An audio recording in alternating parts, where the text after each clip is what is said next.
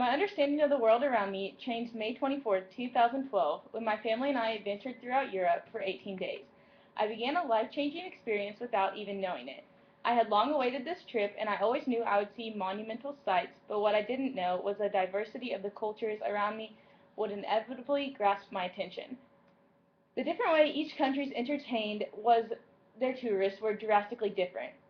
In France, I had the opportunity to experience the legendary show Moulin Rouge. Even though I couldn't understand what they were saying, I still wrote in my journal that it was the best show that I had ever seen. They had extravagant costumes and props, such as live animals including snakes and mini horses. I even got chose up to go on stage and act out a part in front of 1,000 live audience members. After watching a show that magnificent, it was hard for me to believe that it could ever be topped. In Germany, though, their entertainment was based off their roots. We ate dinner at a famous restaurant called the Hofbrauhaus. They wore traditional German-style clothing, fed us giant pretzels, and played folk music that was so loud you couldn't even hear the person sitting next to you. They also served us liter beers that you drank in signs of respect. And here's a picture of me and my sister eating a pretzel and drinking the liter beers out of steins. In Amsterdam, there was a part of town that was very blunt in their legalizations of prostitution and marijuana called the Red Light District. The Red Light District is known for its openly use of marijuana, and you could buy the product in biscuits, chocolate, and tea.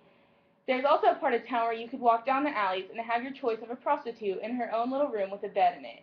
The different ways each country provided entertainment while being so geographically close was mind-blowing. The difference in food and food presentation varied from country to country as well. France's display of their cuisine was elaborate. Their portion sizes were small but indulgent. We tried dishes that I had never even thought were possible. I had pureed duck, and I absolutely hated it.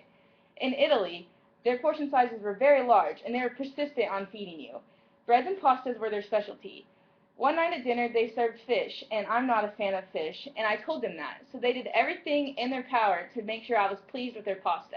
I would take one bite, and if they could tell by my body language that I didn't like it, they would immediately take it away and serve another dish.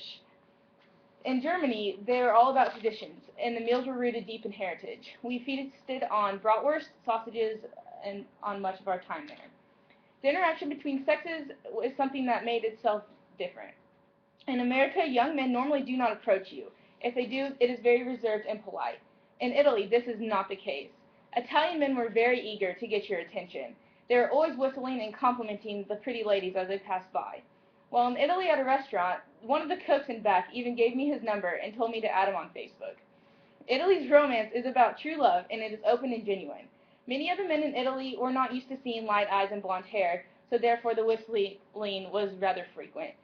In Amsterdam, the romance vibe is much different. Holland is very traditional and simple, but Amsterdam is the complete opposite.